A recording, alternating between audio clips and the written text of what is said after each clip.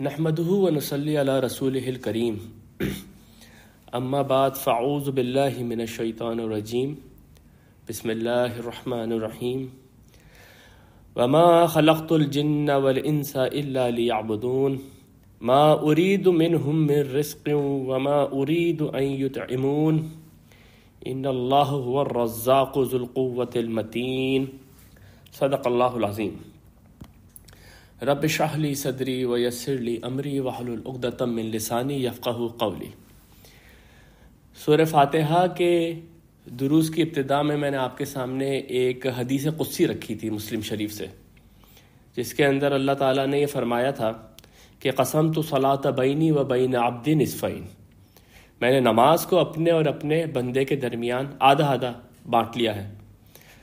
وَنِصْفُ لِي وَنِصْفُ لِعَبْدِي، اس کا آدھا حصہ میرے لیے ہے اور آدھا میرے بندے کے لیے۔ جس حصے کے متعلق اللہ تعالیٰ نے فرمایا تھا وہ میرے لیے ہے، جو کہ مالک یوم الدین پہ ختم ہوا، اس کے اندر ہم اپنے سارے سیشن کر چکے ہیں، یعنی پہلا حصہ ہم مکمل کر چکے ہیں۔ دوسرا حصہ جو کہ ایاک نعبد و ایاک نستعین ہے، اس کے بارے میں اس حدیث میں کہا گیا تھا ھذا بینی و بین عبدی وَلِعَبْدِ مَا سَأَلَ، یہ میرے اور میرے بندے کے درمیان ہے اور میں نے اپنے بندے کو دیا جو کہ اس نے مانگا۔ تو گویا کہ یہ جو حصہ ہے یہ اللہ اور بندے کے درمیان ایک معاہدہ ہے، ایک میثاق ہے، ایک کووننٹ ہے، اور اس کا آدھا یعنی کہ ایاک نعبد وہ اللہ کے لیے ہے اور ایاک نستعین یہ بندے کے لیے ہے۔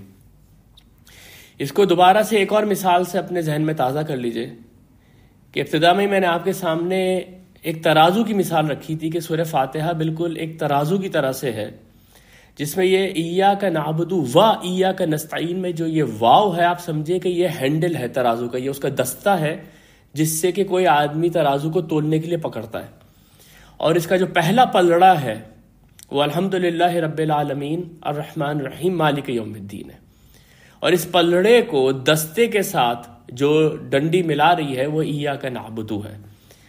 اس مثال کو اگر آپ اپنے سامنے رکھیں تو یہ بات واضح ہو جائے گی کہ سورہ فاتحہ کے پہلا جو حصہ ہے جس میں کہ اللہ تعالیٰ کی صفات بیان ہوئی ہیں اور اللہ تعالیٰ کے شکر کا بیان ہے، اس کا نتیجہ ایاک نعبد ہے۔ گویا کہ ایک آدمی جب اللہ کی معرفت حاصل کرتا ہے، اللہ کو پہچانتا ہے، وہ یہ جان جاتا ہے کہ اللہ کے انعامات اس کے اوپر کتنے زیادہ ہیں، اس کے احسانات اس کے اوپر کتنے زیادہ ہیں، تو اس کا دل حمد اور شکر کے جذبے کے ساتھ بھر جاتا ہے۔ پھر اس کے بعد اس کو اس بات کا بھی یقین آ جاتا ہے کہ اللہ تعالیٰ کی عدالت ہے، جہاں پر عدل و انصاف ہوگا اور مکافات عمل جو ہے وہ قائم ہوگا۔ تو اس کا منطقی نتیجہ یہ نکل رہا ہے کہ وہ یہ ڈکلیئر کرتا ہے کہ وہ صرف اسی خدا کا بندہ بن کر رہے گا اور اس کے علاوہ کسی سے سوال نہیں کرے گا۔ یہ بالکل ایک طریقے سے آپ سمجھیں کہ بات واضح ہو گئی، یعنی کہ اللہ کی صفات اور اللہ تعالیٰ کی حمد و ثنا کا لازمی نتیجہ یہ ہونا چاہیے کہ آدمی یہ بولے کہ ایاک نعبد، میں صرف تیری ہی عبادت کرتا ہوں۔ اس لیے تفسیر ابن کثیر کے اندر حافظ ابن کثیر لکھتے ہیں کہ قال بعض السلف، کچھ ہمارے بزرگوں نے اس جملے کے متعلق کہا ہے الفاتحۃ سر القرآن، فاتحہ جو ہے وہ قرآن کا راز ہے، یعنی پورے قرآن کا راز سورہ فاتحہ کے اندر چھپا ہوا ہے۔ وسرھا، اور سورہ فاتحہ کا جو راز ہے وہ کہاں ہے؟ ھذہ الکلمہ، اس کلمے کے اندر ہے، ایاک نعبد و ایاک نستعین کے اندر پوری سورہ فاتحہ کا راز ہے۔ گویا کہ اب قرآن آگے جو ہم پڑھیں گے وہ ہمیں یہی بتا رہا ہوگا کہ اللہ کی عبادت کیا ہے، اللہ کی عبادت کیا نہیں ہے، اور کیا اللہ تعالیٰ کے حقوق بندے کے اوپر اور کیا بندے کے فرائض ہیں اللہ تعالیٰ کے اوپر۔ تو یہ میں نے آپ کے سامنے اس دوسرے حصے کے لیے تھوڑا سا تمہیدی بیان رکھا۔ اب آ جائیں ذرا اس کے ڈیٹیل انالیسس کے اوپر۔ ویسے تو یہ ایک چھوٹا سا حصہ ہے، آپ سمجھیں 3 یا 4 اس کے اندر الفاظ ہے ایاک نعبد و ایاک نستعین، لیکن جب آپ اس کو کھولتے ہیں تو آپ یقین مانیں کہ اس کے اوپر بھی مضامین کے مضامین لکھے جا سکتے ہیں۔ میں نے بہت مختصراً کچھ اس کے اندر جو معنی نکلتے ہیں جب آپ اس کو کھولتے ہیں وہ میں لکھ کے لے کر آیا ہوں۔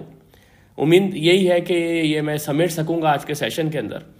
تو سب سے پہلے تو جو بات آپ نوٹ کریں وہ یہ ہے کہ اچانک یہاں پر جو سورہ ہے اس کا اسلوب بدل گیا ہے. اسلوب کیسے بدل گیا ہے؟ آپ دیکھیں اس سے پہلے اللہ تعالیٰ سے جو بھی بات چیت ہو رہی تھی، اللہ تعالیٰ کے بارے میں جو بھی بیان چل رہا تھا، اس میں اللہ تعالیٰ is a third person discuss ہو رہا تھا کہ حمد اللہ کے لیے ہے، وہ رب العالمین ہے، وہ رحمان الرحیم ہے، وہ مالک یوم الدین ہے.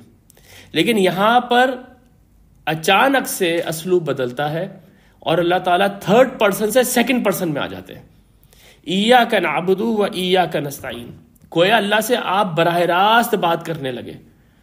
یہ جو اسلوب بدلتا ہے، یہ قرآن میں اس کی کئی مثالیں ہیں، اور کچھ لوگ جب اس کے اوپر غور نہیں کرتے تو وہ تھوڑا شبہ میں مبتلا ہو جاتے ہیں کہ یہ قرآن کس طریقے سے اپنے اسلوب کو بدلتا ہے.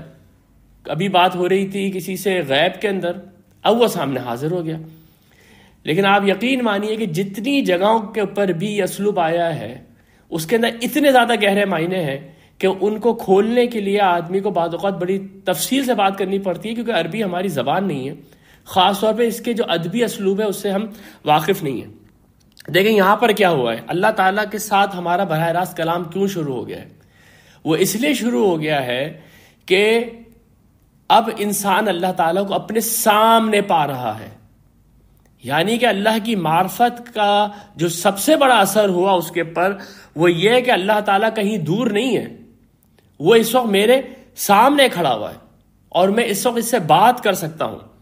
گویا کہ اللہ کی جو معرفت ہے، اللہ کی جو پہچان ہے، وہ سب سے پہلے انسان کو اس نتیجے پہ پہنچا دیتی ہے کہ اس کائنات کا ذرہ ذرہ اس کی نگاہوں میں ہے، کوئی چیز اس سے پوشیدہ نہیں ہے.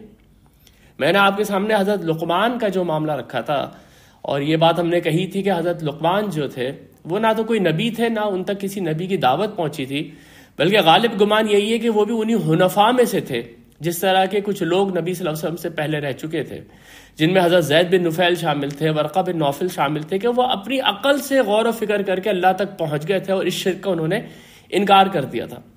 میں نے آپ کے سامنے یہ بات بھی رکھی تھی کہ حضرت لقمان مرنے سے پہلے اپنے بچے کو جو وصیت کر رہے ہیں وہ قرآن کے اندر ہے. اس کے اندر ایک جملہ ہے، دیکھیں کیا ہے، یا بنیا انہا ان تکو مثقال حبۃ من خردل، اے میرے بچے خواہ کوئی رائی کے دانے کے ہم وزن بھی کوئی چیز ہو، فتکن فی صخرۃ، اور چاہے وہ پہاڑوں کے اندر ہو، او فی السماوات او فی الارض، یا وہ آسمانوں میں کہیں ہو یا زمین کے اندر ہو، یاتی بہ اللہ، اللہ اس کو لے آئے گا. ان اللہ لطیف خبیر، اللہ تعالیٰ بہت ہی باریک بین ہے اور بہت ہی باخبر ہے. گویا کہ اللہ کی معرفت کا سب سے بڑا نتیجہ یہ نکلتا ہے کہ انسان آنکھ بند کر کے جب اپنے دل کے اندر جھانکتا ہے تو وہاں پر اللہ کو موجود پاتا ہے. اور یہ چیز قرآن ہر جگہ بیان کر رہا ہے. سورہ قاف کے اندر اللہ تعالیٰ فرماتا ہے وَلَقَدْ خَلَقْنَا الْإِنسَانَ وَنَعْلَمُ مَا تُوَسْوِسُ بِهِ نَفْسُهُ وَنَحْنُ أَقْرَبُ إِلَيْهِ مِنْ حَبْلِ الْوَرِيدِ. ہم نے انسان کو تخلیق کیا ہے اور ہم جانتے ہیں کیا کیا وسوسے اس کے دل کے اندر سے گزرتے ہیں، وسوسے تک وہ جانتا ہے، ہم اس سے اس کی شہرک سے بھی قریب ہے. تو یہ جب معاملہ ہے تو درمیان میں نہ تو کوئی پیر چاہیے، نہ کوئی پنڈت چاہیے، نہ کوئی پروہت چاہیے، نہ کوئی پادری چاہیے، نہ ہی کوئی مولوی صاحب چاہیے جو آپ کو ملائیں گے اللہ تعالیٰ سے. اللہ تعالیٰ تو آپ کے دل کے اندر موجود ہے. پچھلے دنوں بدھزم کے اوپر جو گوتم بدھ کی مشہور کتاب ہے دھرما پتھ، میں اس کا مطالعہ کر رہا تھا، تو اس کا حاصل یہ نکل رہا تھا کہ آپ شدید ترین میڈیٹیشنز کر کے، شدید ترین مراقبے کر کے اپنے اندر کے نفس کو، اپنے اندر کے کانشیس انکانشیس تھاٹس کو، سب کو آپ چیر پھاڑتے ہوئے جب اندر جائیں گے تو آپ کو روشنی نظر آئے گی.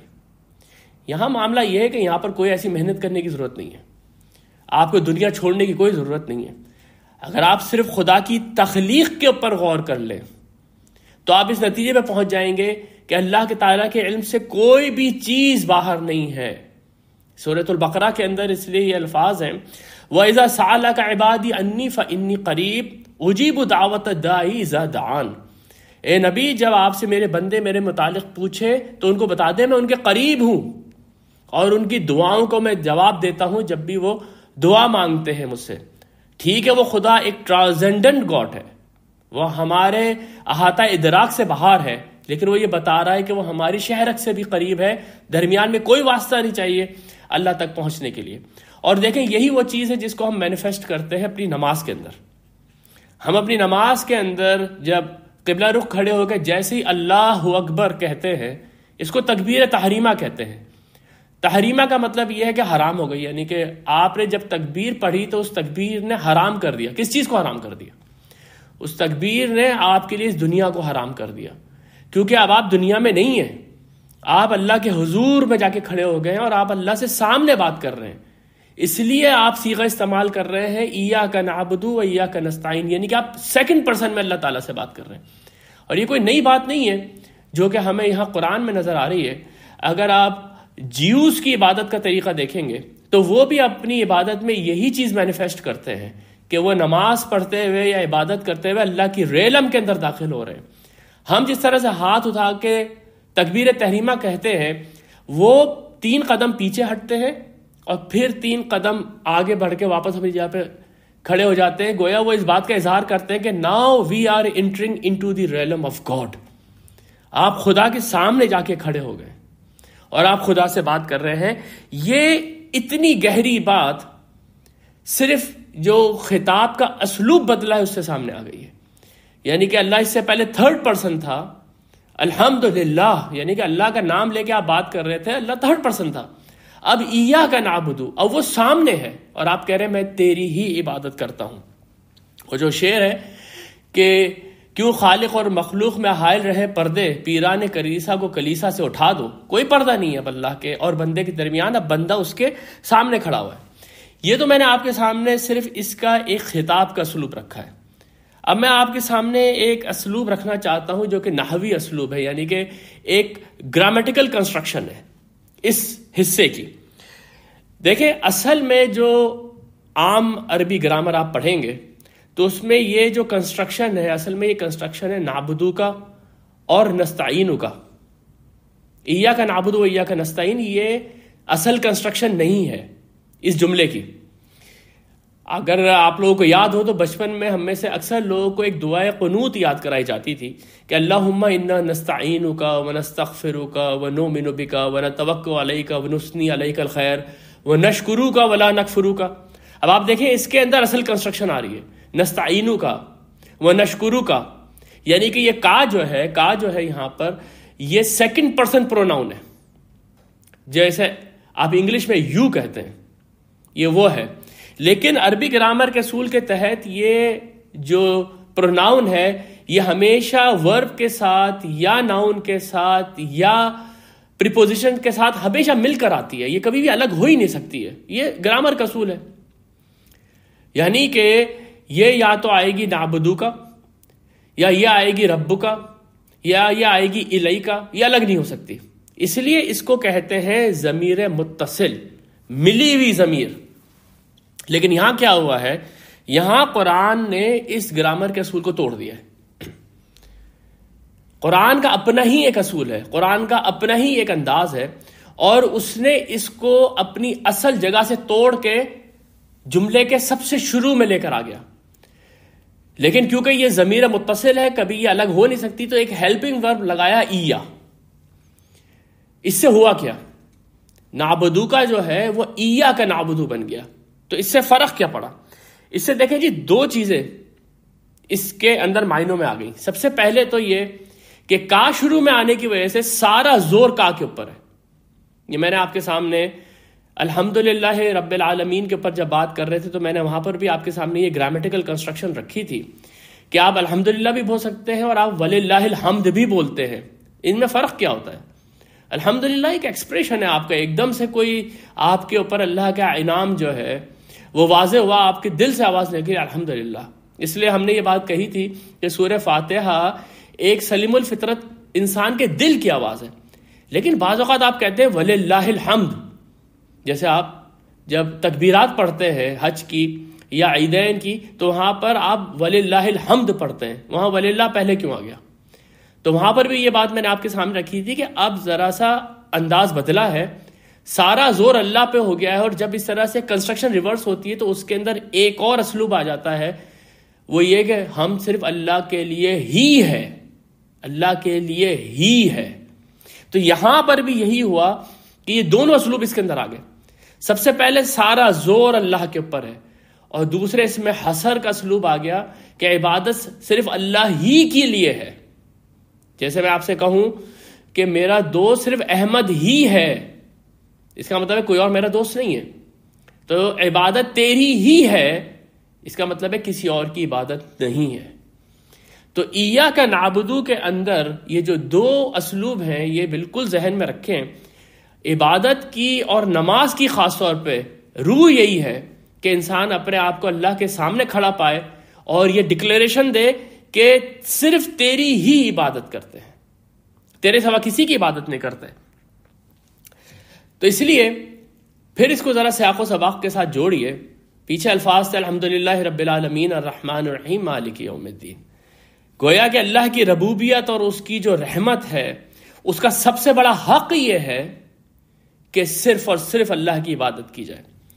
اگر اللہ کی عبادت میں کسی کو شریک کر لیا تو یہ سب سے بڑی حق تلفی ہے، سب سے بڑی حق تلفی ہے، جس کو ہم سمجھ چکے ہیں مالک یوم الدین والے سیشن کے اندر کہ یہ سب سے بڑا ظلم ہے۔ اکثر لوگ یہ بات کہتے ہیں کہ اللہ تعالیٰ تو بے نیاز ہے، اس کو کسی کی ضرورت نہیں ہے، پھر ایسا کیوں ہے کہ وہ شرک کو معاف نہیں کرے گا؟ صرف شرک ایک ایسی چیز ہے جس کو کہ اللہ تعالیٰ معاف نہیں کرے گا، باقی سب کو معاف کر دے گا۔ تو شرک تو ایک ایسی چیز ہے جو اس کی ذات کے ساتھ وابستہ ہے، وہ معاف کر دے انسان کو۔ اصل میں یہ وہ چیز ہے جو لوگ نہیں سمجھ پاتے کہ خدا جو ہے اس کائنات کا سب سے بڑا عادل ہے، وہ قائم بالقسط ہے، وہ ہر فیصلہ کرے گا اس کی میرٹ کے اوپر۔ تو اگر حق اللہ کا سب سے بڑا یہ ہے کہ اس کے سوا کسی کی عبادت نہیں کی جائے، تو ظلم سب سے بڑا یہ ہے کہ اس کے ساتھ کسی کو شریک کر دیا جائے۔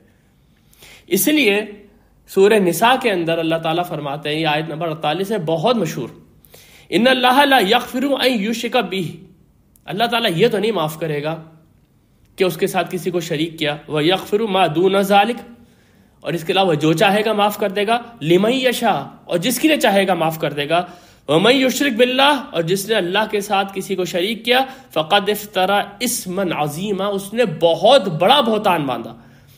یعنی کہ اس کائنات کا سب سے بڑا جھوٹ، اس کائنات کا سب سے بڑا بہتان، اس کائنات کا سب سے بڑا ظلم یہ ہے کہ کوئی آدمی یہ کہے کہ اللہ کے سوا بھی کوئی الوہیت میں یا ربوبیت میں یا تخلیق میں یا آپ کے اوپر جو انعامات ہو رہے ہیں اس میں اللہ کے ساتھ یا تو شریک ہے یا اللہ کا ساجی ہے۔ اس کو ایک اور مثال سے سمجھ لیں کہ فرض کریں ایک ملک کی پارلیمنٹ اس بات کا فیصلہ کرتی ہے کہ پریزیڈنٹ صاحب کی جس نے بھی بے عزتی کی اس کو سزائے موت ہے، یہ فیصلہ پارلیمنٹ کا ہے، یہ قانون کا حصہ بن گیا۔ اب 10 سال کے بعد کوئی اور پریزیڈنٹ تھے لیکن یہ واقعہ رونما ہو گیا، تو وہ عدالت جو ہے وہ دوبارہ سے اس آدمی کو موت کی سزا دے گی، اور دوسرے پریزیڈنٹ صاحب جو تھے وہ بھی اس کو انڈورس کریں گے، کیونکہ یہ معاملہ قانون کا ہے، یہ معاملہ کسی شخص کا نہیں ہے بلکہ اس کی پوزیشن کا ہے۔ آپ اس کی پوزیشن کی سینکٹیٹی کی وجہ سے اس کو وہی سزا دیں گے جو کہ قانون میں لکھی ہوئی ہے۔ تو یہ تو بات ہم پڑھ چکے ہیں، یہ جو میں نے آپ کے سامنے پچھلے ہفتے ایک طویل حدیث رکھی تھی بالکل اختتام میں، جس میں اللہ تعالیٰ یہ فرماتا ہے کہ اے میرے بندو، اگر تمہارے سارے جن، تمہارے سارے انس، تمہارے اگلے، تمہارے پچھلے سب اتنے متقی ہو جائیں جو کہ تم میں سب سے متقی آدمی ہے، میری بادشاہی میں بال برابر کبھی اضافہ نہیں ہوگا، اور تم سارے کے سارے فاجر اور کافر ہو جاؤ، میری بادشاہی میں کسی قسم کی کمی نہیں ہوگی۔ تو اس کے بعد پھر کیوں ایسا ہے کہ اللہ تعالیٰ شرک کے اوپر سزا دے گا؟ وجہ یہ اللہ تعالیٰ کا اصول ہے کہ اللہ تعالیٰ جتنا بڑا ظلم ہوگا اس کی اتنی بڑی پنشمنٹ دے گا۔ تو یہ بات بالکل واضح ہو گئی یہاں پر کہ ایاک نعبدو میں یہ ایاک اپنے اندر کیا کیا قیامت پوشیدہ رکھتا ہے۔ اس کے اندر شرک کی نفی ہے، کیونکہ آپ نے کہا کہ تیری ہی، یہ جو ہی کا لفظ ہے جو صرف اسلوب بدلنے سے آ گیا، اس نے یہ اتنا بڑا عقدہ ہمارے سامنے کھولا ہے۔ کوئی آدمی کہہ سکتا ہے کہ آپ اتنی ہندی کی چندی کر رہے ہیں تو یہ بات سمجھ میں آ رہی ہے؟ نہیں، سورہ فاتحہ جو ہے وہ پوری قرآن کے لیے اساس ہے، پورے قرآن کے لیے ماں ہے۔ آگے ہم چلیں گے تو ہم دیکھیں گے کہ یہی جو بات ہے اللہ تعالیٰ مختلف اسلوب میں پورے قرآن میں بیان کرتا چلا جا رہا ہے کہ کیوں وہ شرک کو معاف نہیں کرے گا، کیوں عبادت کا حق صرف اللہ تعالیٰ کے لیے ہی ہے۔ تو اب میں نے آپ کے سامنے یہ جو لفظ ہے یا یہ جو جملہ ہے یا جو کلمہ ہے ایاک نعبد، اس میں اس کا اسلوب چینج کس طرح سے ہو رہا ہے، خطاب کا اسلوب کیسے چینج ہو رہا ہے، اس میں گرامیٹیکلی کیا کیا معنی آ رہے ہیں، یہ ساری کی ساری چیزیں میں نے آپ کے سامنے رکھ دیں۔ اب آ جائیں اصل موضوع کے اوپر کہ عبادت کے معنی کیا ہیں۔ پچھلے سیشن میں بھی میں نے آپ کے سامنے یہ بات رکھی تھی کہ میری ناقص رائے یہ ہے کہ اس سے زیادہ مس انڈرسٹوڈ اصطلاح کوئی بھی نہیں ہے، خاص طور پہ ان لوگوں کے لیے جو عربی زبان کو صحیح طرح سے نہیں جانتے۔ ہمیں یہ بات سب سے پہلے سمجھ لینی چاہیے کہ عبادت کیا نہیں ہے، یعنی عبادت کے جو تصورات اس وقت ہمارے ذہنوں کے اندر ہیں کیا وہ صحیح ہیں؟ کیا اسی کو قرآن بھی عبادت کہتا ہے؟ کیا اسی سے یہ اصطلاح بنی ہے؟ سب سے پہلے اس کو دیکھ لیجئے۔ جب ہم اس کو کلیریفائی کر لیں گے تو ہمارے سامنے یہ بات واضح ہو جائے گی کہ کیا چیز عبادت ہے۔ یہ بات بھی میں نے آپ کے سامنے رکھی تھی کہ مولانا مودودی نے ایک کتاب لکھی تھی قرآن کی 4 بنیادی اصطلاحیں، جس کے اندر انہوں نے کہا تھا یہ 4 اصطلاحات عام اردو اسپیکنگ مسلمان نہیں سمجھتا، جس کی وجہ سے پورے قرآن کی تعلیمات اس کے لیے اجنبی ہو جاتی ہیں۔ الہ، رب، عبادت اور دین۔ اور آپ دیکھیں کہ آج ہم اس میں سے 4تھی اصطلاح پڑھ رہے ہیں، یعنی ہم نے وہ 4 اصطلاحات کور کر لی صرف سورہ فاتحہ کے بالکل ابتدا میں۔ اور اسی طریقے سے آگے چل کے میری جو رائے ہے اس میں یہ کہ کچھ اور اصطلاحات بھی ہیں جو ہماری انڈرسٹینڈنگ میں صحیح نہیں ہے، وہی عربی زبان کیونکہ ہم نہیں جانتے ہیں تو ان کو بھی ہمیں کھولنا پڑے گا تھوڑا سا۔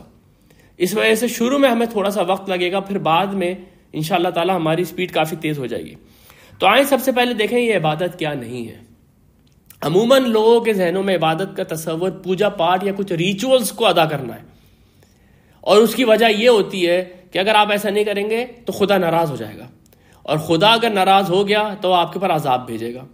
اس لیے آپ کے پر کوئی بھی مشکلات آ جائیں اس دنیا کے اندر، عموماً یہ بات کہی جاتی ہے اللہ میاں ناراض ہو گئے، یا یہ بات کہی جاتی ہے کہ ستارے گردش میں آ گئے، یعنی کہ اس دنیا کے اندر آئے ہوئے مصائب جو ہیں وہ کسی دیوتا کے یا کسی خدا کی ناراضگی کا مظہر ہے۔ یہ جب آپ تاریخ کا مطالعہ کریں گے تو جو پرانی اینشینٹ سویلائزیشنز ہیں جن کے اندر آپ کو میتھولوجیز ملیں گی، جس کے اندر آپ کو خداؤں کے خدا پینتھیون ملیں گے خداؤں کے، وہاں پر یہ تصور موجود تھا، کیونکہ وہاں پر خدا کو ایک انسانی بادشاہ کی طرح تصور کیا جاتا تھا۔ کہا جاتا تھا کہ یہ ناراض ہو جاتے ہیں، کہا جاتا ہے کہ یہ خوش ہو جاتے ہیں، اگر یہ ناراض ہو گئے تو یہ مصیبتیں بھیجیں گے اور آپ کو عذاب میں ڈال دیں گے، اگر خوش ہو گئے تو انعامات کریں گے۔ آپ گئے دربار میں، آپ نے کوئی خوشامد کر دی، آپ نے کوئی کرتب دکھا دیا، وہ خوش ہوئے، انہوں نے اشرفی کی اشرفیاں دے دی۔ یہ تصور اللہ کے لیے باندھا جاتا تھا، اس لیے اس کو خوش رکھنے کے لیے اس کے آگے سر جھکا دیتے تھے، اس کو خوشامد کرنے کے لیے اس کے آگے بھیٹ چڑھا دیا کرتے تھے، انسانوں تک کی بھیٹ چڑھا دیا کرتے تھے۔ یہ تصور تھا عبادت کا اس جاہلی دور میں جس کو ہم اینشینٹ ورلڈ کہتے ہیں۔ اس کے بعد میں نے آپ کے سامنے یہ بات بھی رکھی تھی کہ لوگوں نے کوشچن کرنا شروع کیا ان چیزوں کو، اور صوفیانہ مذاہب کچھ پیدا ہوئے۔ میں نے آپ کے سامنے ابھی بدھزم کی مثال رکھی تھی، اس کے اندر خدا کی عبادت کا تصور یہ ہے کہ آپ خدا کی عبادت کر ہی نہیں سکتے جب تک کہ آپ اس دنیا کے اندر ملوث ہیں۔ آپ اس دنیا کو چھوڑیں، آپ اپنی اولاد کو چھوڑیں، آپ اپنی بیوی کو چھوڑیں، یہاں تک کہ آپ کا جو جسم ہے یہ بھی اللہ تعالیٰ کے ساتھ یا خدا کے ساتھ جو آپ کا تعلق ہے اس میں رکاوٹ ہے۔ اصل چیز تو وہ روح ہے جو اندر ہے، تو اس روح، اس کو بھی تکلیفیں دو، اس کو بھی کمزور کرو یہاں تک کہ اس کی خواہشات بالکل ختم ہو جائیں اور روح جا کے خدا کے ساتھ مل جائے۔ گویا کہ عبادت خدا کی ممکن ہی نہیں ہے اگر آپ دنیا کے اندر رہیں گے۔ یہ دو میں نے آپ کے سامنے جو شیڈز رکھے ہیں عبادت کے تصور کے، آپ کو یہی شیڈز آج کچھ مسلمانوں کے خیالات کے اندر مل جائیں گے۔ ایک عام مسلمان، میں نے آپ کے سامنے یہ واقعہ رکھا تھا کہ میرے ایک عزیز تھے، بہت نمازی، بہت پرہیزگار، تو ایک دفعہ میں نے ان سے سوال پوچھا کہ آپ اللہ کی عبادت کرتے کیوں ہیں؟ تو انہوں نے جواب دیا اللہ کے ڈر سے۔ تو میں نے ان کو کہا کہ اللہ میاں اتنی خوفناک چیز ہے کہ اگر آپ نے نماز نہیں پڑھی تو وہ آپ کو سزا دیں گے، تو وہ خاموش ہو گئے۔ گویا کہ وہ بیک گراؤنڈ نہیں تھا پیچھے، لیکن یہ بات ذہن میں تھی کہ بھائی اللہ کی کے لیے نماز پڑھنی ہے۔ تو اگر آج آپ مسلمانوں کی طرف دیکھیں گے تو عبادت کیا ہے؟ وہ نماز پڑھ رہے ہیں، وہ روزہ رکھ رہے ہیں، لیکن جھوٹ بولنا غلط بات ہے، بددیانتی کرنا غلط بات ہے، یہ بہت کم لوگوں کے ذہن میں اس طریقے سے تازہ ہے۔ بعض اوقات تو یہ کاروباری اور سیاسی مجبوریاں بن جاتی ہیں کہ اگر میں ایک سیاست دان ہوں، میں تو جھوٹ بولوں گا، اس کے بغیر تو سیاست ہو نہیں سکتی۔ اگر میں ایک کاروباری آدمی ہوں تو میں اپنی پروڈکٹ کا جو نقص ہے وہ میں چھپاؤں گا، نہیں تو میری پروڈکٹ بکے گی نہیں۔ ہاں، میں نماز 5 وقت کی پڑھوں گا، جب رمضان آئیں گے روزے رکھوں گا، اور اگر میرے پاس پیسہ ہے تو میں خوب لنگر بھی بانٹوں گا، کیونکہ یہ عبادت ہے صرف۔ باقی تو وہ دنیا کے معاملات ہیں جس کے اندر مجھے ذرا سوچ سمجھ کے کام لینا ہے، کبھی جھوٹ بولنا ہے، کبھی لوگوں سے چیزیں چھپانی ہے۔ یہی وہ آپ سمجھیں کہ اصل وجہ ہے جو مسلمانوں کے کردار کے زوال کا سبب بنی ہے۔ جو آپ کو مسلمانوں کے اندر آج کردار نظر نہیں آتا، اور آپ کو یہ کردار ان لوگوں میں نظر آتا ہے جو نہ نماز پڑھتے ہیں نہ روزہ رکھتے ہیں، ان کے اندر ایتھیکل ویلیوز بہت زیادہ ہے۔ یہی وجہ ہے کہ ہمارا تصور جو عبادت کا ہے وہ مسخ ہو کر رہ گیا ہے۔ علامہ اقبال نے یہی تو مرثیہ پڑھا تھا کہ آپ نے کہا تھا کہ رگوں میں وہ لہو باقی نہیں ہے، وہ دل وہ آرزو باقی نہیں ہے، نماز و روزہ و قربانی و حج سب باقی ہیں، تو باقی نہیں ہے۔ یعنی کہ دل کے اندر یہ خیال کہ ایاک نعبدو، کہ میں تو اللہ کے سامنے کھڑا ہوں، وَنَحْنُ أَقْرَبُ إِلَيْهِ مِنْ حَبْلِ الْوَرِيدِ، وہ تو میری شہرت سے بھی قریب ہے۔ اور سورہ مطففین کے اندر ہے کہ اگر تم کم تولتے ہو تو اس کا مطلب یہ ہے کہ تم اس بات پہ یقین نہیں رکھتے کہ تم اللہ کے سامنے جا کے قیامت کے دن کھڑے ہو گئے۔ تو اس کا مطلب ہے سارے تصورات ختم ہو گئے ہیں، وہی پوجا پاٹ، وہی ریچولز جو ہیں وہ انسان یا مسلمان کے ذہن میں ہے کہ یہ عبادت ہے صرف۔ تو یہ عبادت نہیں ہے۔ پہلی چیز جو ہم نے سمجھنی ہے وہ یہ ہے کہ قرآن کے پیراڈائم کے اندر ریچولز یا پوجا پاٹ یا جنتر منتر پڑھنا یا ایک خاص طریقے سے شادی کرنا یا ایک خاص طریقے سے مردے کو دفن کر دینا ہی صرف عبادت نہیں ہے، بلکہ سورہ فاتحہ ہمیں یہ بتا رہی ہے کہ اللہ کے شکر کے جذبے کے ساتھ، اس کی محبت کے جذبے کے ساتھ اور اس کی عدالت کے خوف سے انسان جب اپنے آپ کو پورا اللہ کے سپرد کر دیتا ہے، یہ عبادت ہے۔ اس لیے آپ یہ دیکھیں کہ قرآن کریم میں کئی جگہ پہ لفظ عبادت کو اور شکر کو ملایا گیا ہے آپس میں۔ یہ میں آپ کے سامنے سورہ نحل کی ایک آیت رکھتا ہوں، فرمایا گیا فَكُلُوا مِمَّا رَزَقَكُمُ اللَّهُ حَلَالًا طَيِّبًا، کہ تم لوگ کھاؤ وہ رزق جو اللہ نے تمہیں دیا ہے حلال اور طیب، وَاشْكُرُوا نِعْمَتَ اللَّهِ، اللہ کی نعمت کا شکر ادا کرو، ان کنتم ایاہ تعبدون، یا ایاہ یہاں پر بھی نوٹ کر لیں، یعنی کہ اصل میں جو لفظ تھا وہ تھا تعبدونہ، لیکن وہی ہوا، ہا کو توڑا وہاں سے اور پیچھے لا کے ایا لگا کے اس کے اندر وہی اسلوب پیدا کر دیا جو ایاک نعبدو کے اندر ہے، ان کنتم ایاہ تعبدون، اگر تم اس بات میں سچے ہو کہ تم صرف اس ہی کی عبادت کرتے ہو۔ کیونکہ اس کا سیاق و سباق یہ ہے کہ یہ جو عرب کے لوگ تھے یہ اللہ کی عبادت کے ساتھ ساتھ دوسروں کی بھی پوجا پاٹ کرتے تھے، اور دوسروں کے نام کے اوپر بھی قربانیاں کرتے تھے، دوسروں کے نام کے اوپر، دوسرے بتوں کے نام کے اوپر بھی یہ اپنے انعام کو، اپنے کیملز کو، اپنی شیپس کو چھوڑ دیا کرتے تھے کہ یہ تو ہمارے بتوں کے لیے اور یہ ہمارے اوپر اب حرام ہو گئی۔ تو اس پہ اللہ کہہ رہا ہے کہ یہ اللہ نے کہاں حرام کی تمہارے اوپر، ان کنتم ایاہ تعبدون، اگر تم صرف اس ہی کی عبادت کرتے ہو تو کھاؤ جو کچھ اللہ نے تمہارے اوپر حلال کیا ہے۔ لیکن یہاں پر جو بات نوٹ کرنے کی ہے وہ یہ ہے کہ دیکھیں وَاشْكُرُوا نِعْمَتَ اللَّهِ إِن كُنتُمْ إِيَّاهُ تَعْبُدُونَ، یعنی کہ عبادت جو ہے وہ ایک نتیجہ ہے اس شکر کا جو کہ انسان کے دل کے اندر پیدا ہوتا ہے۔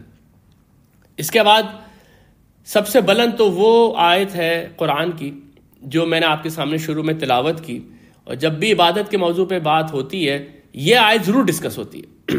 اس آیت کے کئی پہلو ہیں، لیکن میں آپ کے سامنے صرف آج جو ہمارا موضوع ہے اس سے ریلیٹڈ جو بھی اس کے اندر سے معنی نکل رہے ہیں صرف وہ رکھوں گا۔ سورہ ذاریات کی وہ بہت بلند آیت، وَمَا خَلَقْتُ الْجِنَّ وَالْإِنسَ إِلَّا لِيَعْبُدُونَ، میں نے نہیں تخلیق کیا جنوں کو اور نہ ہی انسانوں کو لیکن صرف ایک کام کے لیے، صرف ایک کام کے لیے کہ وہ صرف میری ہی عبادت کرے۔ مَا أُرِيدُ مِنْهُمْ مِنْ رِزْقٍ، میں ان سے کوئی رزق نہیں چاہتا ہوں، وَمَا أُرِيدُ أَنْ يُطْعِمُونَ، نہ میں یہ چاہتا ہوں کہ وہ مجھے کھلائیں۔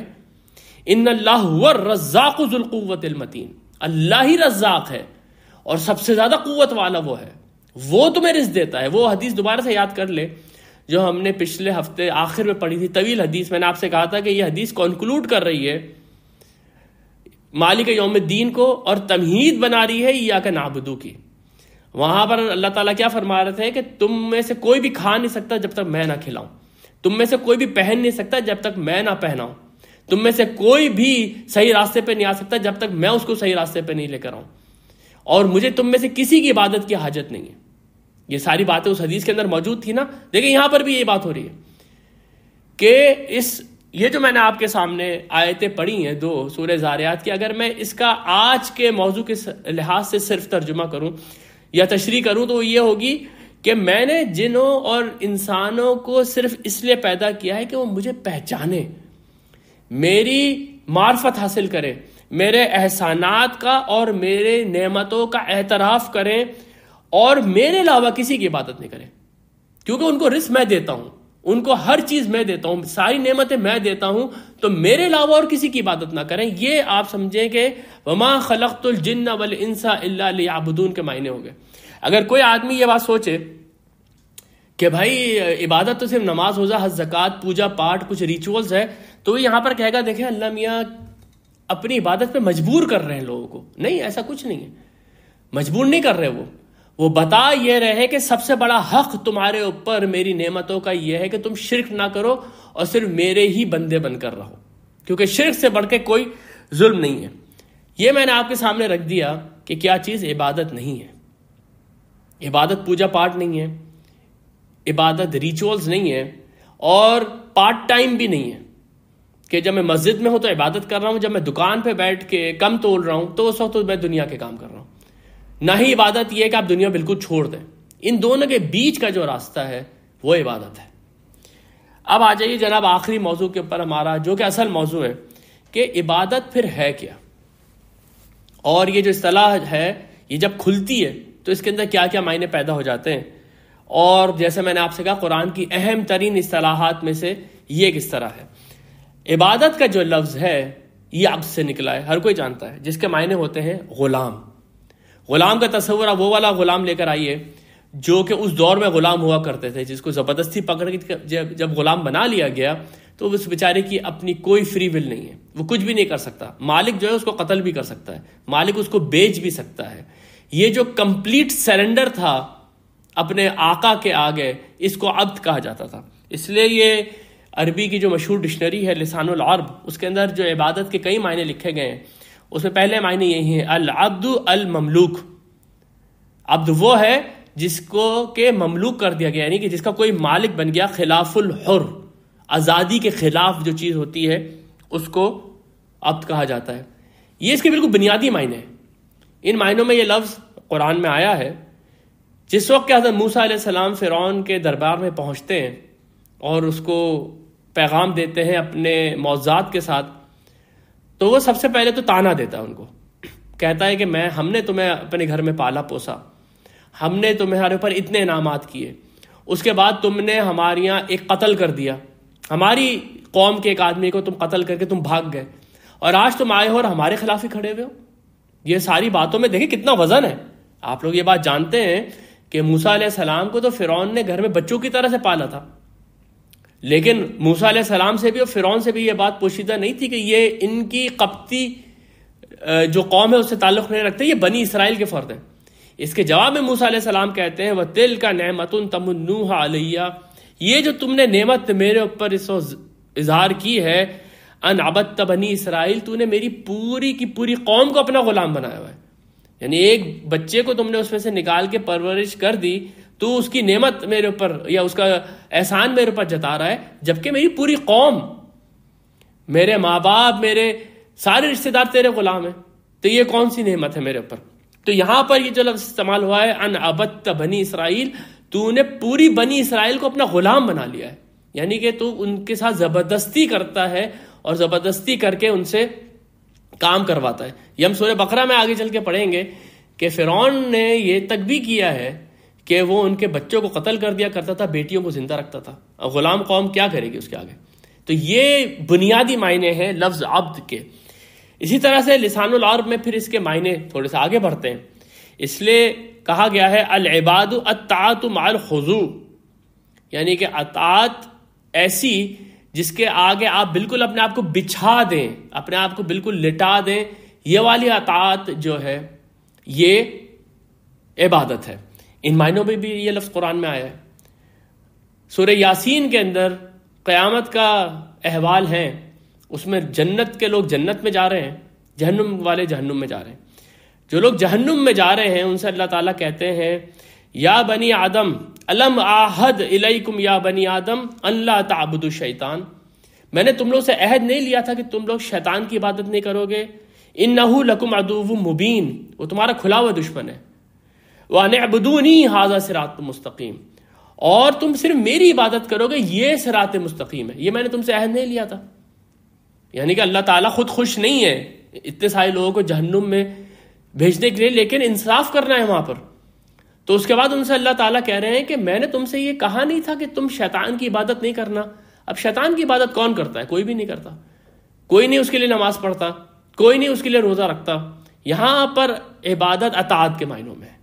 یعنی میں نے تم سے کہا نہیں تھا کہ شیطان کی پیروی نہیں کرنا، اس کی بات کو نہیں ماننا، میری بات کو ماننا. اس لیے عبادت کے دوسرے معنی ہوتے ہیں اطاعت کے. پہلے معنی ہو گئے بالکل غلامی، اپنی آزادی کو ترک کر دینا اور مکمل اطاعت. یہ اس کے لفظ کے بنیادی معنی ہیں. لیکن اب یہ قرآن کی ایک اصطلاح بن رہا ہے، یہ ان معنوں سے اوپر اٹھے گا. اور قرآن میں یہ لفظ جہاں پر بھی استعمال ہوگا وہ اللہ اور اس کے بندے کے درمیان کے تعلق کو واضح کرے گا. جو اللہ اور اس کے بندے کے درمیان جو تعلق ہے، اس تعلق کے اندر اس کے معنی ہے خضوع اور تذلل کے. خضوع اور تذلل کے یہ دونوں لفظ انشاءاللہ تعالی میں آپ کے سامنے کھولوں گا. یعنی کہ اب یہ معنی تھوڑے سے بلند ہو گئے. اس لیے جب یہ شریعت کے معنوں میں یا قرآن کی اصطلاح کے معنوں میں بولا جاتا ہے تو اس کے معنی ہو جاتے ہیں لسان العرب میں ہے ہی اطاعت مع الخضوع، یہ وہ اطاعت ہے جو خشوع اور خضوع کے ساتھ کی جائے. پھر اس کے آگے وہ اس کی ایک مثال لکھتے ہیں کہ طریق معبد، یعنی کہ ایک ایسا راستہ جو کہ بالکل کوٹ کوٹ کے بالکل ہموار کر دیا جائے. اذا کان مذللا بکثرت الوسع، اتنے لوگ گزرے اس کے اوپر سے کہ وہ راستہ بالکل ہموار ہو گیا، وہ طریق معبد کہلاتا ہے. یہ انہوں نے مثال دی ہے. اس لیے سب سے خوبصورت اس کی آپ سمجھیں کہ جو ایکسپلینیشن ہے وہ حافظ ابن قیم نے اپنی کتاب مدارج السالکین میں کی ہے. اس کے اندر وہ یہ کہتے ہیں، اور اس کے بعد پھر تقریباً آپ سمجھے سب نے اس کی یہی ڈیفینیشن کی ہے اس لفظ عبادت کی، جب یہ قرآن کی صلاح بنتا ہے کہ العبادت تجمع اصلین، عبادت کی دو بنیادیں ہیں، اس کے دو معنی ہیں. غایت الحب، شدید ترین محبت، بغایت الذل والخضوع، اور شدید ترین اپنے آپ کو ذلیل کر دینا اور اپنے آپ کو بچھا دینا. ذلیل کا لفظ ویسے تو اردو میں ایک گالی سی بن گئی ہے، لیکن یہ عربی میں اس طرح سے گالی نہیں ہے، بلکہ بالکل اپنے آپ کو دوسرے کے مقابلے میں نیچا کر دینا، بالکل حقیر کر دینا اپنے آپ کو دوسرے کے مقابلے میں. اس معنی میں یہ لفظ ذل اور تذلیل آتا ہے. اور خضوع کے معنی ہوتے ہیں اپنے آپ کو بچھا دینا. خضوع کے لفظ کو انشاءاللہ تعالی میں آپ کے سامنے بھی تھوڑا سا کھولوں گا. اس لیے حافظ ابن قیم کہتے ہیں فمن ابحتہ ولم تکن خاضعا لہ لکم تکن عابدا لہ، وہ آدمی جو یہ کہتا ہے کہ میں اللہ سے محبت کرتا ہوں لیکن اس کے اندر خشوع اور خضوع نہیں ہے تو وہ کوئی عابد نہیں ہے. ومن خضعت لہ بلا محبہ، اور جو کہتا ہے کہ میں اللہ کے سامنے بالکل بچھا ہوا ہوں، بالکل اس کا غلام ہوں، لیکن اس کو اللہ سے محبت نہیں ہے، لم تکن عابدا لہ، وہ بھی عابد نہیں ہے. حتی تکون محبا خاضعا، یہاں تک کہ اس کا حال یہ ہو جائے کہ وہ بچھاوا بھی ہے اللہ کے سامنے اور شدید محبت بھی کرتا ہے اللہ سے. گویا کہ جو اس عبادت کے اصطلاح کی اصل روح ہے وہ اللہ سے شدید محبت ہے. اور یہ محبت کیوں ہے؟ یہ بات ہم کئی دفعہ کر چکے ہیں کہ انسان جو ہے اللہ سے ویسے ہی شدید محبت کرتا ہے جیسے ایک بردار بچہ، ایک نیک بچہ اپنے ماں باپ سے کرتا ہے. جب وہ اپنے ماں باپ کے احسانات کو ریئلائز کرتا ہے، جیسا وہ اپنے ماں کے پیٹ میں تھا، جب وہ پیدا ہوا اور ماں کے سینے سے لگا رہا، اس کا تو بعد میں اس کو شعور نہیں ہوتا جب وہ بڑا ہوتا ہے. لیکن اس کے اوپر یہ بات واضح ہو جاتی ہے کہ میری ماں نے مجھے اس طرح سے پالا ہے کہ وہ زندگی اور موت سے گزر گئی جب اسے مجھے جنم دیا، اور اس کے بعد میں اس کے چھاتی سے چپکا رہا، اور میرا باپ کس طریقے سے دوڑتا رہا میرے لیے سامان زندگی اور میرے لیے ایک اچھا مستقبل پیدا کرنے کے لیے. تو وہ فرما بردار ہو جاتا ہے، وہ اپنے ماں باپ کے آگے جھک جاتا ہے۔ یہی بالکل آپ سمجھیں کہ تشبیہ ہے جب انسان اپنے آپ کو اللہ کے سپرد کر دیتا ہے کہ اس کے اتنے انعامات ہیں میرے اوپر اور وہ اتنا خیر خواہ ہے میرا، تو میں صرف اسی کی بات کو مانوں گا۔ یہ جو پوری کی پوری بات میں نے آپ کے سامنے رکھی ہے، اس کے لیے جو قرآن کا سب سے بلند مقام ہے، سب سے بلند مقام ہے، میں وہ مقام آپ کے سامنے پہلے بھی رکھ چکا ہوں، میں آپ کے سامنے آج بھی رکھ رہا ہوں، اور انشاءاللہ تعالیٰ یہ میں آپ کے سامنے بار بار رکھوں گا۔ یہ قرآن کے کچھ ایسے مقامات ہیں جو کہ انسان کو اپنے سینے پہ لکھ لینے چاہیے۔ سورۃ البقرہ کی آیت نمبر 167 ہے، ان فی خلق السماوات والارض، یقیناً آسمان اور زمین کی تخلیق میں، واختلاف اللیل والنہار، آسمان اور دن اور رات کے اختلاف میں، والفلک التی تجری فی البحر بما ینفع الناس، اور اس کشتی کے اندر جو پانی پہ چلتی ہے لوگوں کے لیے منافع کا سامان لے کر، وما انزل اللہ من السماء من ماء، اور آسمان سے جو اللہ تعالیٰ بارش برساتا ہے اس کے اندر، فاحیا بہ الارض بعد موتها، اور زمین کو زندہ کر دیتا ہے اس کی موت کے بعد، یعنی کہ لوگوں کے لیے غلہ اگتا ہے اس کے اندر سے، فبث فیہا من کل دابہ، اور جو اس نے زمین کے اوپر اتنے سارے جانور بچھا دیے ہیں اور بکھیر دیے ہیں، وہ تصریف الریاح، اور یہ جو ہواؤں کا نظام ہے، وہ سحاب المسخر بین السماء والارض، اور یہ جو بادل آسمان اور زمین کے درمیان مسخر ہیں، ان کے اندر لا آیات لقوم یعقلون، بہت بڑی بڑی نشانیاں ہیں ان لوگوں کے لیے جو عقل سے کام لیتے ہیں۔ وَمِنَ النَّاسِ مَن يَتَّخِذُ مِن دُونِ اللَّهِ أَندَادًا، اس کے بعد لوگوں کا حال یہ ہے کہ اللہ کے اتنے بڑے بڑے احسانات کو دیکھ کے، اللہ کی اتنی بڑی بڑی نشانیوں کو دیکھ کے لوگوں کا حال یہ ہے کہ وہ کچھ دوسروں کو اللہ کا برابر ٹھہراتے ہیں، وہ دوسروں کو اللہ کے مد مقابل ٹھہراتے ہیں۔ یحبونہم کحب اللہ، ان سے ایسے محبت کرتے ہیں جیسے اللہ سے محبت کرنی چاہیے۔ والذین آمنوا اشد حبا للہ، لیکن جو لوگ ایمان لاتے ہیں وہ صرف اللہ سے محبت کرتے ہیں۔ یہ جو پورا کا پورا میں نے آپ کے سامنے بیان رکھا، قرآن بالکل واضح ہے کہ اللہ تعالیٰ کے اتنے انعامات ہیں کہ اس کے بعد انسان کو خاص طور پہ جو اللہ کے اوپر ایمان لے کر آتا ہے اس کو اللہ سے شدید محبت کرنی چاہیے، شدید محبت کرنی چاہیے۔ اور یہ حافظ ابن قیم نے کہا کہ العبادت تجمع اصلین غایت الحب، یعنی کہ محبت میں بالکل آپ حد سے گزر جائیں اللہ کی۔ میں آپ کے سامنے ایک حدیث رکھتا ہوں، یہ بخاری کی حدیث ہے 4836، جس کے راوی حضرت مغیرہ بن شعبہ ہیں، بہت مشہور حدیث ہے، آپ لوگوں نے سنی ہوگی۔ انہ سمع المغیرہ یقول، یہ راوی کہتا ہے کہ میں نے مغیرہ بن شعبہ کو کہتے ہوئے سنا، وہ کہتے تھے قام النبی صلی اللہ علیہ وسلم حتی تورمت قدماہ، نبی صلی اللہ علیہ وسلم تہجد کی نماز میں اتنی دیر تک کھڑے رہتے تھے کہ آپ کے پیروں میں ورم پڑ جاتے تھے۔ فقیل لہ، ان سے جب یہ کہا گیا کہ آپ کیوں اتنی محنت کرتے ہیں، غفر اللہ لک ما تقدم من ذنبک وما تأخر، اللہ تعالیٰ تو آپ کے سارے اگلے پچھلے گناہ معاف کر چکا۔ اس کے جواب میں نبی صلی اللہ علیہ وسلم فرماتے ہیں قال افلا اکون عبدا شکورا، تو کیا میں اللہ تعالیٰ کا ایک شکر گزار بندہ نہ بنوں؟ اس سے آپ اندازہ لگائیے کہ تہجد کی نماز میں، جس میں کہ یہ آتا ہے، یہ میں کئی حدیثوں میں سے ایک حدیث لے کر آیا ہوں، حضرت عائشہ سے مروی جو حدیث ہے، حضرت عائشہ سے زیادہ کون نبی صلی اللہ علیہ وسلم کی تہجد کو جانتا ہوگا؟ آپ تو ان کے حجرے میں نماز پڑھتے تھے، کہ آپ روتے تھے اور آپ کے سینے سے چکی کے چلنے کی آواز آتی تھی، آپ ایک ایک رکعت کے اندر سورہ بقرہ اور سورہ آل عمران پڑھ لیا کرتے تھے، اور پوری رات کھڑے ہوئے ہیں، جس کو کہ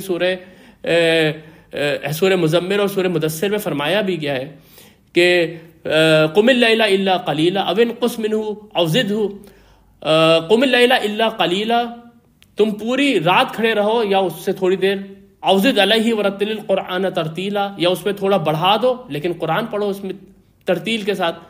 یہ جو حالت ہے پوری، جس میں کہ پیروں میں ورم پڑ رہے ہیں، پنڈلیوں میں ورم پڑ رہے ہیں، وہ اللہ کے خوف سے نہیں ہے، وہ اللہ کے شدید ترین محبت، اور جیسے کہ اللہ کے رسول فرما رہے ہیں افلا اکون عبدا شکورا، کیا میں اللہ کا شکر گزار بندہ نہ بن جاؤں؟ تو یہ اصل ہے عبادت کی، جو اصل ہے وہ اللہ سے شدید محبت ہے، کیونکہ اس کے انعامات اور اس کی رحمتیں جو ہیں ہمارے اوپر، مثال بالکل ویسی ہے جیسے کہ ماں باپ کی محبت کو ایک بچہ ریئلائز کرتا ہے، پھر وہ ان کا فرما بردار ہو جاتا ہے۔ اب آ جائیے جناب اس میں اصل لفظ کی طرف جو کہ ہے خشوع و خضوع. غایت الحب ما غایت الذل والخضوع. یہ جو لفظ ہے یہ بہت استعمال کرتے ہیں ہم لوگ اردو کے اندر بھی کہ نماز میں خشوع اور خضوع ہونا چاہیے. خشوع اور خضوع یہ کافی قریب کے جو دونوں الفاظ ہیں اور ان کے اندر آپ سمجھیں کہ اصل عبادت کی جو معنی ہے وہ پوشیدہ ہیں. ذہن میں رکھ لیجئے کہ حافظ ابن قیم نے کہا تھا فمن احببتہ ولم تکن خاضعا لہ لم تکن عابدا لہ، کہ جو کوئی بھی اللہ سے محبت کرتا ہے لیکن اس کے اندر اگر خشوع و خضوع نہیں ہے تو وہ عابد نہیں ہے. آپ کو اس طرح کی محبت بھی تو مل جائے گی نا کہ وہ جو تھے مرزا غالب وہ کہتے تھے میں اللہ سے اتنی محبت کرتا ہوں کہ میرا اللہ کے ساتھ اتنا قریبی تعلق ہے، کیا کروں گا میں اس کے لیے نماز پڑھ کے. جبکہ وہاں پر نبی صلی اللہ علیہ وسلم تہجد میں پوری رات جاگ رہے ہیں محبت کے اندر اور اللہ کا شکر ادا کرنے کے لیے. تو یہ جو لفظ خشوع اور خضوع ہے یہ اگر نہیں ہے تو پھر وہ محبت صرف نام کی محبت ہے، وہ صرف ایک ذہنی عیاشی ہے، وہ صرف کچھ فلسفیوں کی بڑھ ہے.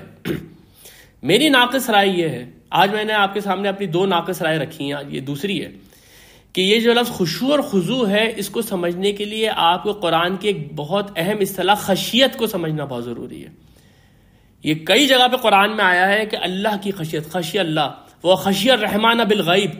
جنت میں جانے والے لوگ وہ ہیں جو رحمان سے ڈرتے ہیں. خشیت کا لفظ وہاں پر ڈرنا کر دیا جاتا ہے، لیکن یہ جو خشیت ہے اس کے معنی جو ہیں وہ ڈر نہیں ہے.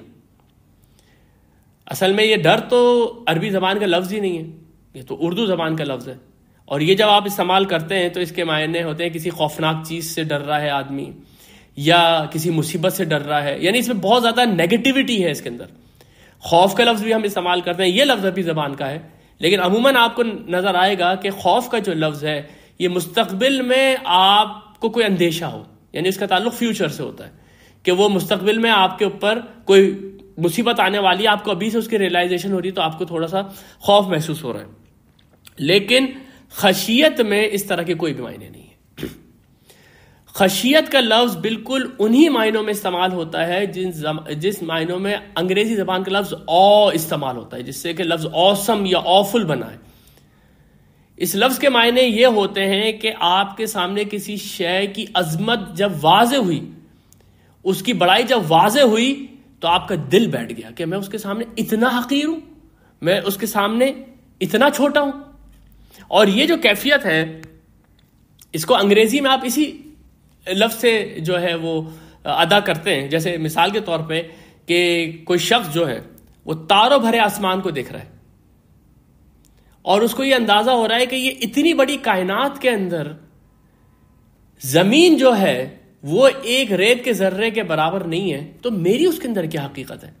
اور یہ ہر آدمی کو اس طرح کا ایک احساس ہوا ہوگا کہ کبھی آپ تاروں بھرے آسمان کو دیکھیں غور سے، یا کبھی آپ کسی پہاڑوں کے سلسلے کے بیچ میں دامن میں جا کے کھڑے ہو جائیں، اتنے بڑے بڑے پہاڑ اس کے سامنے آپ چیونٹی سے بھی چھوٹے لگ رہے ہوتے ہیں.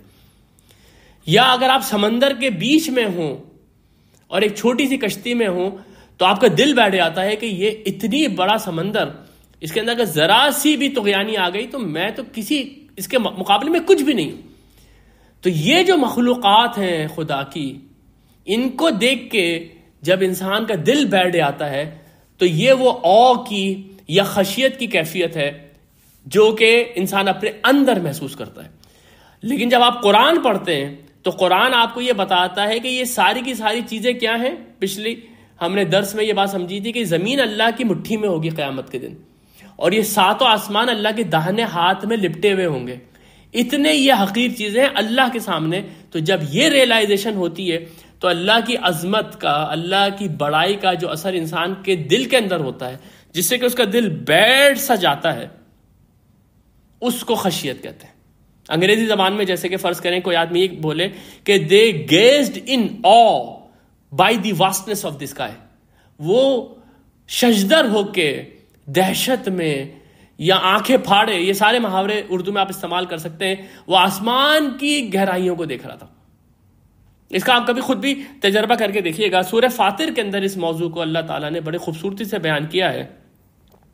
وہاں الفاظ ہے الم تر ان اللہ انزل من السماء ماء فاخرجنا به ثمرات مختلف الوانها، کہ تم نے دیکھا نہیں کہ اللہ تعالیٰ آسمان سے پانی برساتا ہے اور پھر زمین سے مختلف رنگ کے ثمرات نکالتا ہے. وَمِنَ الْجِبَالِ جُدَادٌ بَيْضٌ وَحُمُرٌ مُخْتَلِفٌ أَلْوَانُهَا. اسی طرح پہاڑوں کے اندر بھی مختلف قسم کے مختلف رنگوں کے قطعات ہیں جو کہ سفید بھی ہیں اور سرخ بھی ہیں. وَغَرَابِبُ سَوْدٌ اور کچھ گہرے کالے رنگ کے بھی ہیں. یا آپ نے کچھ اس طرح کی تصویریں دیکھی ہوں گی جس میں پہاڑوں کے رنگ ہیں. وَمِنَ النَّاسِ وَالدَّوَابِ وَالْأَنْعَامِ مُخْتَلِفٌ أَلْوَانُهُ كَذَلِكَ. اسی طرح سے انسانوں کے اندر بھی اور جانوروں کے اندر بھی مختلف رنگ ہیں. یعنی اللہ تعالیٰ اپنی کریشن کی ویرائٹی کی طرف اشارہ کر رہا ہے. اور اس کے بعد فرماتا ہے انما یخشى اللہ من عباده العلماء. اللہ سے خشیت تو وہی اختیار کرتے ہیں جو علم والے ہیں. جب آپ علم حاصل کرتے جاتے ہیں تو آپ کو اس بات کا پتہ چل جاتا ہے کہ جو آپ کے سامنے ذرہ ہے، ایک ایٹم کے لیول کے اوپر بھی اللہ کی حکومت چل رہی ہے. اور یہ بڑے بڑے اجرام فلکی جیسے سورج اور پوری گیلیکسیز جو ہیں یہ بھی اللہ کی قدرت میں کے ہاتھ میں ہیں، بے بس ہے بالکل اس کے آگے. تو انسان کا دل اللہ کی خشیت سے بیٹھنے لگتا ہے کہ یہ اتنی بڑی ہستی کے سامنے میں کیا چیز ہوں. مطلب چونٹی بھی آپ یہاں پر تشبیہ میں نہیں لے کر آ سکتے، آلموسٹ زیرو. ان اللہ عزیز غفور. اللہ تعالیٰ بہت عزیز ہے اور غفور ہے. یہ جو خشیت ہے جو انسان اپنے دل کے اندر محسوس کرتا ہے، اس کا جب اس کے جسم کے اوپر اظہار ہوتا ہے تو وہ خشوع اور خضوع ہے. آواز بیٹھ جاتی ہے، جسم ڈھیلا پڑ جاتا ہے، انسان کی گردن جھک جاتی ہے اور اپنے سامنے اپنے آپ کو اس ہستی کے سپرد کرنے کے لیے تیار ہو جاتا ہے. یہ ہے خشوع و خضوع، کسی کی عظمت کا شدید احساس اور آپ کو اپنا حقیر ہونا اس کے سامنے واضح ہو جائے. اس سے جو دل میں کیفیت پیدا ہو، اس سے جو جسم میں کیفیت پیدا ہو، وہ خشوع اور خضوع کہلاتی ہے. اس پورے کے پورے مفہوم کو قرآن میں ایک بہت خوبصورت جگہ پہ بیان کیا گیا ہے اور وہ سورۃ الحشر کا آخری رکوع ہے. لو انزلنا هذا القرآن على جبل لرأيته خاشعا متصدعا من خشیت اللہ. اگر اس قرآن کو ہم ایک پہاڑ پر نازل کر دیتے تو تم دیکھتے کہ وہ دب جاتا اور پھٹ جاتا اللہ کی خشیت سے.